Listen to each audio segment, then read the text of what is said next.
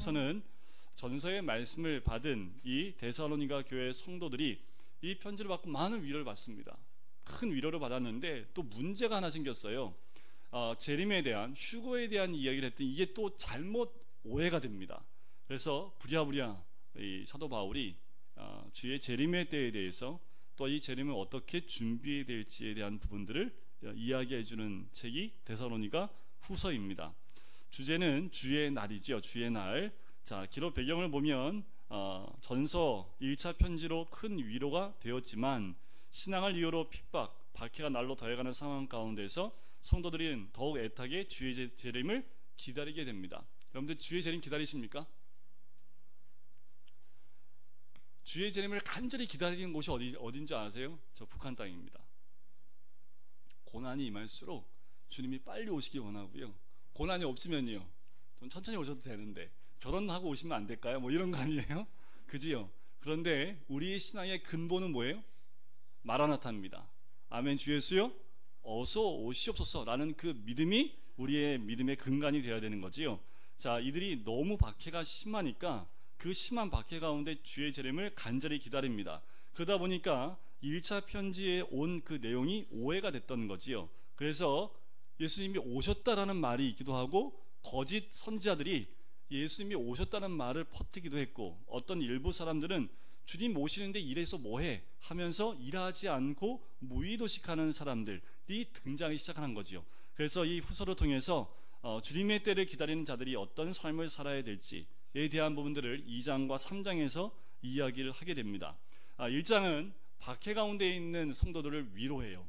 그리고 2장에 있는 내용은 재림의 잘못된 부분을 교훈하고, 세 번째는 3장에서는 재림을 기다리는 우리가 하루하루의 삶을 충실히 살아야 될 부분에 대해서 이야기를 합니다. 특징을 보시면 재림 서신이고요, 또 훈계의 내용이 있습니다. 하지만 질타하는 것보다 조금은 그 잘못 신앙에 대한, 전서는 조금 부드러웠지만 이 후서는 조금은 잘못된 부분에 대해서 지적해주고 다시 돌이킬 것에 대해서, 오죽하면 일하지 않는 자는 먹지도 말게 하라 라고까지 합니다. 부모님들 자식들이 일하지 않으면요, 먹을 거 주지 마세요. 여기 사도 바울이 그렇게까지 강하게 합니다. 오죽하면 이런 얘기를 했을까요? 일하지도 않고 그냥 얻어먹으면서 곧 내일 주님 오시는데 모터로 일을 해 라는 그런 사고를 갖고 있는 사람들이 있었기 때문에 그렇습니다. 자, 우리 성경책을 직접 보면서 한번 보도록 할까요? 자, 항상 편지 가운데 1절과 2절은 발신자와 수신자 그리고 사도 바울의 축도로 처음에 시작을 합니다. 3절에 보면 감사할 내용을 3절부터 10절까지 이야기를 합니다. 자, 무엇을 감사하냐면 3절 두 번째 줄을 보세요. 이것이 당연함은, 감사하는 것은 당연한 것이 뭐냐면 너희의 믿음이 더욱 자라고 있기 때문이라는 거예요. 자, 전서에 보면 그 믿음의 수고, 믿음의 본된 교회, 더 이상 말할 것이 없는 믿음의 본된 교회였다라고까지 이야기를 했는데, 후서를 쓸 당시에는 더욱더 뭐에 대해서 감사해요? 믿음이 더 자라고 있답니다. 칭찬받을 만하지요. 그죠? 그래서 저에게 말씀을 전해주셨던 분이 항상 생일 때만 되면 회개하라고, 작년에 대비해서 올해 생일 때 신앙이 어떤지 점검해보고 똑같으면 회개하는 시간이 생일날이 돼야 된다고, 그렇게 훈련을 제가 받았습니다. 매년 어때요? 우리는 신앙이 성장하고 자라야 되는 것이 당연합니다. 식물이 있어요. 식물이 있는데 안 자라요. 그럼 둘 중에 하나입니다. 뽑아버리든지 아니면 영양분을 줘서 자랄 수 있도록 만드는 거지요. 자, 하나님도 우리에게 원하신 것이 무엇일까요? 우리가 예수 그리스도를 믿음으로 믿음 가운데 있게 될 때 우리 주님이 우리에게 원하는 것은 믿음에서 자라나는 겁니다. 어떻게 알 수 있을까요? 여러분들, 눈에 보이는 자람은, 자라남은 여러분들 우리의 삶의 변화를 통해서 알 수 있습니다. 믿음이란 다른 게 아닙니다. 그리스도 안에 뿌리를 내리는 거지요. 뿌리를 내리면 내릴수록 그 뿌리를 통해서 영양분을 빨아들이고 성장하고 커가는 겁니다. 근데 이것이 되어 있지 않으면 조금만 박해가 와도 그 뿌리채, 송두리채 뽑혀버리고 신앙 가운데서 도망쳐버리는 경우가 많이 있습니다. 믿음 가운데 성장하는 거지요. 목사님 제가 봤을 때도 가장 감사해야 될 것은 우리 성도님들의 믿음에서 자라는 모습이겠지요. 또 더 나아가 3절 끝에 보면 다 각기 서로 사랑함이 풍성함이라. 이거 외에는 없습니다. 하나 되는 방법은 사랑밖에 없습니다. 근데 사랑이 어떻대요? 풍성하다라고 하지요. 이 사랑은 우리 기독교인들이 가지고 있어야 될 가장 근간이 되는 성품입니다. 그래서 우리 예수님이 복음서에 보면 공간복음에 이웃을 어떻게 사랑하라고요? 내 몸같이 사랑하라고 했잖아요. 그죠? 여러분들 옆에 한번 보세요. 옆에 사람이 이웃이에요, 아니에요? 이웃이에요, 아니에요? 내 몸같이 보여요, 안 보여요? 안 보여요. 이게 문제가 되는 거죠. 그죠? 자, 우리가 많이 알고 있고 암송하고 있지만 여전히 사랑하지 못하는 것은 사랑이 누구한테 집중되어 있습니까? 나한테 집중되어 있어서 그래요. 나, 그리고 나와 관계되어 있는 가족들, 그리고 나에게 집중되어 있기 때문에 사랑이 나눠질 수 없는 겁니다. 기독교는요, 사랑이 나눠짐으로 복음이 나눠지는 것이 기본입니다. 복음을 나가서 전하기 위해서 전하기 때문에 복음이 나눠지기도 했지만 실제로 기독교의 복음은 사랑으로 나눠졌습니다. 박해가 있고 또 고난이 와도 그 박해를 했던 사람들을 사랑하는 모습을 통해서 그들이 주께로 돌아오는 그 역사를 많이 경험합니다. 결국 주님이 우리를 사랑하듯 우리가 사람들을 사랑할 때 그 복음은 나눠지게 되어져 있습니다. 그러려면 우리 안에 그 사랑이 풍성함이 먼저 채워져야겠지요. 우리 안에 사랑이 채워져 있지 않은데 어떻게 우리가 이 교회 밖으로 사랑을 나눌 수 있겠습니까? 그지요? 사랑의 풍성함. 그런데 이 사도 바울은 데살로니가 교회 성도를 볼 때 항상 감사해요. 왜요? 이 사랑이 풍성하기 때문이다. 또 4절에 보니까 너희가 견디고 있는 모든 박해와 환난 중에서 너희 인내와 믿음으로 말미암아 우리가 친히 자랑한답니다. 사도 바울이 뭘 자랑해요? 박해와 환난 가운데에도요, 인내와 믿음을 지키고 있는 그들을 보면서 어떻게 해요? 하나님께 친히 자랑할 수밖에 없는 거죠. 여러분, 데살로니가 교회는요 지금 이런 분위기 아닙니다. 어떤 분위기인지 아세요? 나가면 잡혀 죽을 수 있는 분위기예요. 다시 말하면 요 교회를 그대로 떠가지고 평양에다가 딱 심어 놓는 거지요. 요 모습 이제 지금 하나님이 이렇게 우리 교회를 탁 떠가지고 바로 그 평양 한가운데다가 우리 교회를 딱 옮겨놨다고 생각해 보세요. 그럼 바로 저 문 안으로 누가 쳐들어올까요? 네? 누가 쳐들어올까요? 우리는 다 어떻게 될까요? 상상을 한번 해보세요. 지금 데살로니가 교회 성도들의 지금 삶의 모습이 이래요. 우리가 모여서 사랑을 나누고 있지만 문 열고 나가면 바로 박해와 환난과 고난이 기다리고 있습니다. 그 상황 가운데 이들이 모여서 있는 그들의 신앙은 어떤 신앙이었냐라는 거지요. 그럼에도 불구하고 인내와 믿음으로 말미암아 우리가 친히 하나님께 너희를 자랑한다라는 겁니다. 인내가 있다라는 거예요. 믿음이 있다라는 거지요. 여러분, 우리의 삶 가운데 이 인내와 믿음이 우리를 지킬 수 있습니다. 그런데 믿음 때문에 오는 박해가 너무도 없지요. 우리가 박해와 환난을 선택하지 않습니다. 우리가 믿음 때문에 내가 그 박해로 들어가려고 하는 그 믿음 가운데 들어가지 않는다라는 거예요. 그냥 벗어나면 되지요. 그것이 너무 쉽기 때문에 우리는 인내하지도 않고 믿음 가운데 나가지도 못하는 모습이지요. 그래서 5절 두 번째 줄에 보면 하나님 나라에 합당한 자로 여김을 받게 하려 함이니 그 나라를 위하여 너희가 또한 고난을 받느니라. 그래요. 우리를 통해서 이루어져야 될 나라가 뭡니까? 하나님 나라입니다. 우리는 그 하나님 나라에 어떤 자로 여김을 받아야 돼요? 합당한 자로 여김을 받아야 됩니다. 그럼 우리 어떻게 살아야 됩니까? 예수 믿고 구원받는 것, 그건 기본적인 진리이지만 우리가 하나님 나라에 합당한 자가 되기 위해서 우리가 어떠한 삶을 살고 어떠한 각오로 우리가 하루하루 살아가야 될지에 대한 결단이 있어야 된다는 거예요. 주를 위해서 내 거 포기하겠습니다. 믿음을 위해서 이거 포기하겠습니다. 이게 우리의 믿음이 되어야 되지요. 더 나아가서 이 환난이 있을 때 하나님의 공의는요, 환난은 환난으로 갚으신다는 거지요. 또한 주를 위해서 믿음 때문에 환난을 받은 자에게는 7절에 보면 우리와 함께 안식으로 갚으신다라는 겁니다. 환난 가운데 안식이 있습니다. 그 안식은 어디 안에 있을 때 누리는 안식이에요? 그리스도 안에 있을 때 안식을 누리는 겁니다. 세상 가운데 안식이 아닙니다. 이 안식은 예수 그리스도 안에 있는 안식입니다. 밖에 나가면 고난이 있고 아픔이 있고 있지만 진정한 안식이 그 안에 있다라는 거예요. 왜요? 내가 그리스도 안에 있으니까. 그것이 하나님의 공이다라고 말씀을 하고 있는 거지요. 11절부터 12절까지는 교회를 위해 간구를 합니다. 11절 보세요. 우리도 항상 너희를 위하여 기도함은 하면서 4가지 주제를 기도합니다. 하나님이 너희를 그 부르심에 합당한 자로 여기시고, 또 모든 선을 기뻐함과 믿음의 역사를 능히 이루게 하시고, 또 세 번째는 우리 하나님과 주 예수 그리스도의 은혜로 우리 주 예수의 이름이 너희 가운데 영광을 받고 너희도 권해서 영광 받게 하는 것. 이것이 사도 바울이 데살로니가 교회를 향한 간구이며 기도입니다. 우리가 그 부르심에 합당한 자로 살 때에 이 모든 것이 이루어질 수 있는 거지요. 그래서 데살로니가 교회 성도들이 지금 믿음 지킨다고 아웅다웅하고 있고, 지금 그 믿음 하나 지키도 쉽지 않은데 지금 사도 바울은 건너뛴 거지요. 믿음을 지킬 뿐만 아니라 무슨 삶을 살라고요?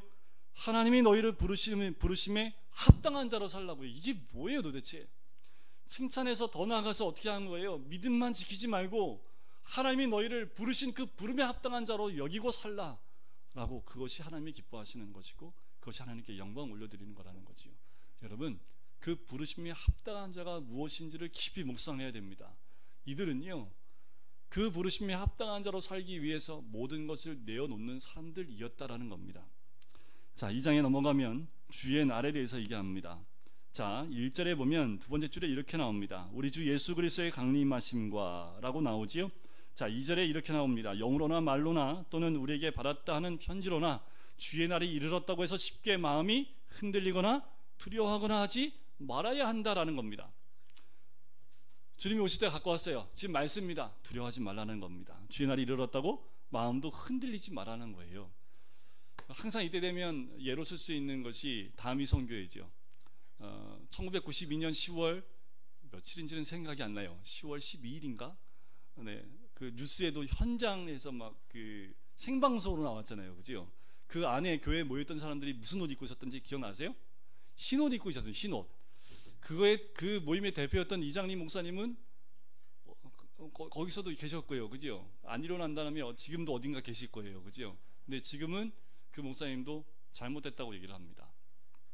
그때 거기 모였던 사람들이 새벽에 문 열고 나오는데 그 기억나세요? 고기 다 숙이고 막 이렇게 고기 다 숙이고 이렇게 막 이렇게 나오더라고요. 요동된 거지요. 주님의 재림의 때를 어떻게 준비하는지에 대해서 잘못 오해했다라는 겁니다. 지금 데살로니가 교회 성도들이 그렇다라는 거예요. 그러니까 두려워하거나 흔들리지 말라는 거예요. 너희들이 환난 가운데 믿음을 지키는 그 삶, 하나님 나라에 합당한 자로 여기고 부르심에 합당한 자의 삶을 사는 것, 거기서 흔들리지 말고 그 삶을 그대로 유지해야 되는데, 3절을 보세요. 누가 어떻게 하여도 너희가 미혹되지 말라. 마지막 때에 대한 미혹을 우리 예수님이 이미 말씀을 하셨습니다. 자, 먼저는 배교하는 일이 있고, 자, 불법의 사람 곧 멸망의 아들이 나타나기 전에 그날이 이르지 않아요? 4절에 보니까 대적하는 자가 나타납니다. 8절에 보니까 불법한 자가 나와요. 9절에 보니까 악한 자가 나타납니다. 그들은 다 예수 그리스도가 8절에 보면 그 입의 기운으로 그를 죽이시고 강림하여 나타나심으로 패하시는 그 사람들이라는 거지요. 그가 나타날 때 주님 때가 가까이 왔구나 라고 알고 있으면 된다라는 거지요. 너희가 그러니까 미혹되지 말라고 얘기하는 거예요. 9절부터 12절까지의 내용은 불의한 자에게 임하는 종말과 심판에 대해서 얘기합니다. 자, 11절을 보세요. 이러므로 하나님이 미혹의 역사를 그들에게 보내사 거짓 것을 믿게 하심은, 여러분들 거짓 것을 믿으시면 안 됩니다. 그런데 믿는 일들이 있다라는 거지요. 진리를 믿지 않고 불의를 좋아하는 모든 자들로 하여금 심판을 받게 하려 하십니다. 신천지 가시면 안 돼요. 보니까요, 신천지에 이렇게 보니까 다 욕심이더라고요. 신천지에 있는 사람들이 결국 그 바라는 게 뭔지 아세요? 14만 4천 명이 들어야 될 이유가 뭔지 아세요? 천년 왕국 때 왕노릇 하려고 그래요. 천년 동안 지들이 왕노릇 하려고 14만 4천 명이 들려고 하는 거지요. 문제가 있지요. 마지막 때를 준비하고 기다리는 자의 모습이 아니라 지들이 그때 왕의 모습으로 쓰려는 마음이 있다라는 거예요. 미혹이지요. 불의를 좋아하는 모든 자들로 하여금 심판을 받게 하려 하여 그대로 그들을 미혹되게 만드신다라는 겁니다. 여러분들, 진리의 말씀 가운데 이외에 다른 것으로 미혹되면 안 됨을 사도 바울이 이야기를 하고 있는 겁니다. 그러므로 제 이름을 소망하는 자들이 어떻게 살아야 될지에 대한 부분이 15절에 나옵니다. 그러므로 형제들아, 굳건하게 서서 말로나 우리의 편지로 가르침을 받은 뭘 지키라? 오전에 목사님 전통을 깨야 된다고 얘기했는데 사도 바울은 전통을 지키라고 하고, 도대체 목사님 무슨 말이에요 이게? 똑같은 말이지만 의미가 다릅니다. 그러니까 이 전통은 뭐냐면, 사도 바울이 이제 이때는 뭐예요? 교회가 처음이잖아요. 지금처럼 교회 건물이 있었던 것도 아니고요, 교회 공동체가 조직이 있었던 것도 아니고요, 막 이제 교회가 시작하는데 교회가 뭔지를 몰라요. 그래서 가족에서 몇 명이 모이기 시작을 했고, 그 모임이 점점 커졌는데 이게 지금 어떻게 해야 되는지, 이제 교회의 모습이 세워져가는 그때입니다. 그러니까 어떻게 해요? 어떻게 우리가 믿음의 삶을 살아야 될지에 대한 부분들을 사도들도 편지를 쓰기 시작하고, 이 사도 바울도 편지를 써서 이렇게 하라라고 가르쳤던 그 내용들, 그것을 지키라라고 얘기하는 거예요. 너희들한테 이렇게 살아야 된다, 이럴 때는 이래야 된다라는 것을 쭉 적어 보냈는데, 마지막 때가 가까이 왔다고 이것을 다 무시해버리고 있는 그 삶은 옳은 삶이 아니다. 말씀을 따라 행하라 라는 그 의미입니다. 때가 가까이 올수록 말씀을 뒷전으로 넘기고 다른 것을 보기 시작하면 문제가 심각한 겁니다. 때가 가까이 올수록 우리는 더 무엇을 봐야 돼요? 말씀을 봐야 됩니다. 때가 가까이 올수록 우리는 더 어떻게 해야 돼요? 무릎 꿇고 하나님께 나아가야 됩니다. 그런데 이 말씀을 멀리하고 다른 것을 가까이 한다, 그것은 문제가 심각한 거지요. 그래서 사도 바울이 어떻게 해요? 편지로 가르침을 받은 그 전통, 그 말씀을 지켜야 됨을 이야기하는 거지요. 때가 가까이 올수록 이런 상식적인 말씀을 따라가는 삶이 아니라 비상식적인 것들을 선포하기 시작을 하면 사람들이 너무 쉽게 넘어갑니다. 여러분들 유튜브에 딱 가서요, 검색 한번 해보세요. 재림 한번 치면 막 어마무지한 천국 지옥이 나오고요, 어마무지한 그 계시의 말씀들이 막 쏟아져, 이 성경 66권에 다 채우지도 못할 만한 계시들이 지금도 쏟아져 나옵니다. 다 지가 받았대요. 그러니까 이 말씀을 들으라는 거예요. 성경 말씀을 이상하게 해석할 뿐만 아니라 자기가 직접 하나님께 받은 계시의 말씀이 막 터져 나옵니다. 중요한 건 뭐예요? 이 66권의 말씀을 벗어난 계시는 없습니다. 그런데 너무나 많은 사람들이 이 말씀을 벗어나 하나님께 직통 계시를 받았다는 내용들을 얘기를 해요. 그런데 참 재밌는 건 성경 말씀 안 믿는데 그건 너무 잘 믿어. 너무 신기한 거예요. 그게 정말 죄송한데 신기한 말씀 안 되는데, 이 신기해 진짜. 말씀 아무리 얘기도 안 믿는데 그런 말은 너무 잘 믿어요. 여러분 한번 들어보세요. 저도요, 눈이 커져요. 와, 그러니까 성도님들 보지 마세요. 목사님 제가 봐도 눈이 커지는데, 근데 그거를 가만히 들어보면 아주 교묘하게 말씀들을 살짝 바꿔놓고요, 사람의 마음을, 심리를 막 불안하게 만듭니다. 사람이 불안하면 어떻게 될까요? 믿지요. 마음도 막 불안해. 여러분들 가장 우리 아이들 불안할 때가 언제인 줄 아시죠? 시험 볼 때. 야, 목사님이 시키는 대로 해봐. 100점 맞을 수 있어. 그러면 애들이 에이 목사님 뭐 그러다가 목사님 계속 얘기하면 애들이 진짜요? 일단 교회로 와봐. 내가 교회 와요. 야, 그냥 오면 안 되고, 야, 이거 들으려면 돈 100만 원씩 갖고 와야 돼. 그러면 애들이 긴가면, 야, 진짠가 봐. 돈 가져오라는 거니까 진짠가 봐. 학원도 돈 내고 다니는데 목사님이 돈 가져오는 진짠가 봐. 사람이 머리가요, 참 희한해요. 딱 보면 아닌 거 아는데 이게 불안 가운데 있으면요, 아닌 게 아니에요. 진짠가? 하고 넘어가는 게 인간의 모습입니다. 그러니까 뭐만 보셔야 돼요? 말씀 외에는 없습니다. 그러니까 누가 뭐라고 해도 말씀에서 벗어난다 그러면 일단 가지고 오세요, 저한테. 자, 3장에 넘어가면 3장은 이제 기도의 요청과 함께 바울의 기도가 나옵니다. 1절에 보면, 3장 1절에 보면 우리를 위하여 기도해달라고 부탁을 하죠. 하면서 2절에 보니까 또한 우리를 부당하고 악한 사람들에게서 건지시옵소서 하라, 그렇게 기도해달라는 거예요. 사도 바울이 복음을 전하다가 너무나 많은 공격을 받기 때문에 그 악한 사람에서 건져여 달라, 그렇게 기도해 달라는 거지요. 그러면서 뭐라고 하냐면 참 2절 끝에 믿음은 모든 사람의 것이 아니니라. 3절 주는 미쁘사 너희를 굳건하게 하시고 악한 자에게서 지키시리라. 믿음은 모든 자의 것이 아닙니다. 복음이 선포돼도 그 복음을 믿는 자들이 있는 반면에 믿지 않는 자들이 있다라는 거지요. 믿음은 모든 사람의 것이 아니기 때문입니다. 더불어 감사할 것은 그 믿음이 우리의 것이 된 것에 대해서 감사해야 되겠지요. 6절부터 15절까지는 규모 있는 생활에 대한 권면이 나옵니다. 종말에 어떠한 모습을 살아야 될지 6절을 보세요. 두 번째 줄에 보면 게으르게 행하고 우리에게서 받은 전통대로 행하지 아니하는 모든 형제에게서 어떻게 하라고요? 떠나라고요. 아주 강한 어조입니다. 떠나버리라는 거예요. 게으르게 행하고 우리에게 받은 그 말씀대로 행하지 아니하는 모든 형제에게서 떠나라. 7절 끝에 무질서하게 행하지 말라라고 얘기하는 거죠. 질서가 없습니다. 말씀이 없는 곳엔 질서가 없어요. 창세기 1장 2절을 보세요. 말씀이 있기 전의 모습은 혼돈과 공허와 흑암 가운데 있었듯이 말씀이 없는 것은 무질서밖에 없습니다. 8절 보세요. 누구에든지 음식을 값없이 먹지 않고 오직 수고하고 애써 주야로 일함은 너희 아무에게도 폐를 끼치지 아니하려 함이니. 자, 이들이 복음을 전할 때 어떤 모습이었냐면 이들이 분명히 복음을 전하면서 권리가 있습니다. 그들에게 공개를 받을 수 있는 권리가 있지만 그걸 다 내려놓고 일하지 않고 음식을 먹지 않았다라는 거예요. 왜요? 너희에게 폐를 끼치지 않을 뿐만 아니라 9절 끝에 보니까 너희에게 본을 보여 우리를 본받게 하려 함이라. 그들의 본이 되기 위해서 이 사도 바울과 여기에 복음 전하는 모든 자들도 일하지 않고 하지 않았다라는 거예요. 분명히 권리가 있지만 스스로 모든 것 내려놓고 본이 됐다라는 겁니다. 10절 같이 한번 읽어볼까요? 10절입니다. 시작. 우리가 너희와 함께 있을 때에도 너희에게 명하기를 누구든지 일하기 싫거든 알게 하라.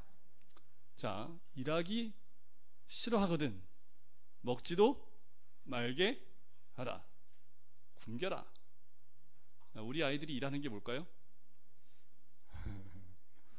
이렇게 바꾸면 되죠. 누구든지 우리 아이들 가운데 누구든지 공부하기 싫어하거든 먹지도 말게. 자, 어른들은 나름대로 일이 있고 아이들은 아이들 나름대로 일이 있습니다. 왜? 본분에 맞는 일이지요. 그지요? 이것이 거꾸로 되는 건 문제가 됩니다. 자기들이 갖고 있는 자기들의 본분대로 그 일을 해야 되는데 일하지 않는 사람들이 있고 일하지 않고 그렇게 무의도식하는 사람들이 있다라는 거죠. 11절 보세요. 우리가 들은즉 너희 가운데 게으르게 행하여 도무지 일하지 아니하고 일을 만들기만 하는 자들이 있다 하니. 자, 일을 안 하는 사람들이 일을 만드는 사람이죠. 실제로 그 일을 하고 있으면 그 일에 많고 적음과 중함과 또 어려움과 이 모든 것들을 알기 때문에 일을 만들지 않습니다. 하지만 그 일을 하지 않는 사람들은 일을 만들기가 쉬워요. 일을 만들기만 하는 자들이라는 거지요. 12절 끝에 조용히 일하여 자기 양식을 먹으라 하노라. 이게 마지막 때에, 재림 때에, 종말 때에 우리가 가져야 될 삶의 모습이죠. 이런 거예요. 여러분들, 주님이 내려오신다 하더라도 오늘 우리 뭐 해야 돼요? 주일날 예배 드려야 되고, 월요일부터는 뭐 해야 돼요? 열심히 내가 일하는 일터에서 일을 해야 되고, 내일 주님 오시니까 금식합시다. 그럴 수도 있겠죠. 그죠? 내일 뭐 주님 오시는데 설거지해서 뭐해? 그럴 수도 있겠죠. 그죠? 내일 주님 오시는데 내일 휴가 쓰고 뭐 산수에 올라가지? 그럴 수도 있겠죠. 하지만 마지막 때가 가까울수록 어떻게 해요? 나에게 맡겨준 그 일들, 나에게 맡겨준 사역들, 나에게 맡겨준 일들에 최선을 다하는 것이 주를 기다리는 자의 모습과 똑같다라는 겁니다.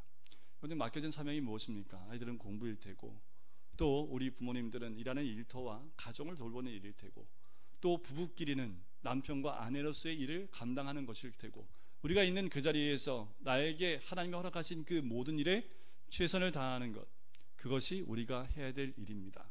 이것이 깨지면 다 깨져요. 엄마가 게임하다가 자기 자식이 굶어 죽는 것도 모르고 그냥 그렇게 게임하다가 자기를 다 놔버린 거지요. 우리 아이들도 마찬가지지요. 게임이 문제인데, 그지요? 맡겨진 일들을, 사역들을 감당하지 못하면 문제는 생기게 되어져 있습니다. 13절 같이 한번 읽어볼까요? 13절입니다. 시작. 아시겠죠? 선을 행하셔야 됩니다. 아멘 안 하시네요. 선을 행하다가 낙심하지 말라. 왜요? 열매는 하나님께서 이루게 하십니다. 선을 행하는데 아무리 해도 안 돼요. 괜찮아요. 낙심하지 말고 선은 주님이 허락하신 대로 계속하는 겁니다. 그러면 때가 이르면 하나님이 그때에 열매를 맺게 하신다라는 거지요. 똑같은 말씀이 갈라디아서 6장 9절에도 반복돼서 나옵니다. 14절에 보면 누가 이 편지에 한 우리 말을 순종하지 아니하거든 그 사람을 지목하여 사귀지 말고 그로 하여금 부끄럽게 하라. 이 말씀대로 아니 난 아니야, 그 말씀대로 안 할 거야, 그건 잘못된 거야 라고 말하고 있다면 그 사람을 지목하여 사귀지 말랍니다. 그런데 어떻게 하라고요? 15절에 원수와 같이 생각하지 말고 형제같이 권면하라는 겁니다. 이거는 마태복음 18장에 나오는 예수님의 말씀과도 동일한 겁니다. 말씀을 따르지 않는 사람을 권면하는 마음으로 그를 믿음으로 이끌어줘야 됨을 이야기합니다. 가정도 마찬가지고요, 공동체도 마찬가지입니다. 연약한 자의 그 믿음을 세우기 위해서 우리가 권면하는 자리에 있어야 됨을 이야기하는 거지요. 자, 16절 같이 한번 읽겠습니다. 16절입니다. 시작. 평강의 주께서 친히 때마다 일마다 너희에게 평강을 주시고 주께서 너희 모든 사람과 함께 하시기를 원하노라. 아멘. 이것이 사도 바울이 데살로니가 교회 성도에게 보내는 축복의 마지막 메시지입니다. 평강의 주께서 친히 때마다 일마다 너희에게 평강을 주시고 모든 일에 평강을 주실 뿐만 아니라 주께서 너희 모든 사람과 함께 하시기를 원한다. 이 메시지가 지금 우리에게는 그렇게 피부에 와닿지 않는 말씀인지 모르지만 믿음 때문에, 복음 때문에 박해 가운데 있는 이들에게는 이 말씀이 굉장히 큰 축복의 말씀입니다. 평강을 잃어버리지 아니하는, 그리고 나와 함께하는 그 주님을 원하는 그 축복, 그것이야말로 이들을 지킬 수 있는 가장 크고 중요한 말씀이겠지요. 이번 한 주간 동안 평강의 주님과 함께 하시는 이 한 주가 되시기를 주님의 이름으로 간절히 축원드립니다. 우리 같이 기도하실까요?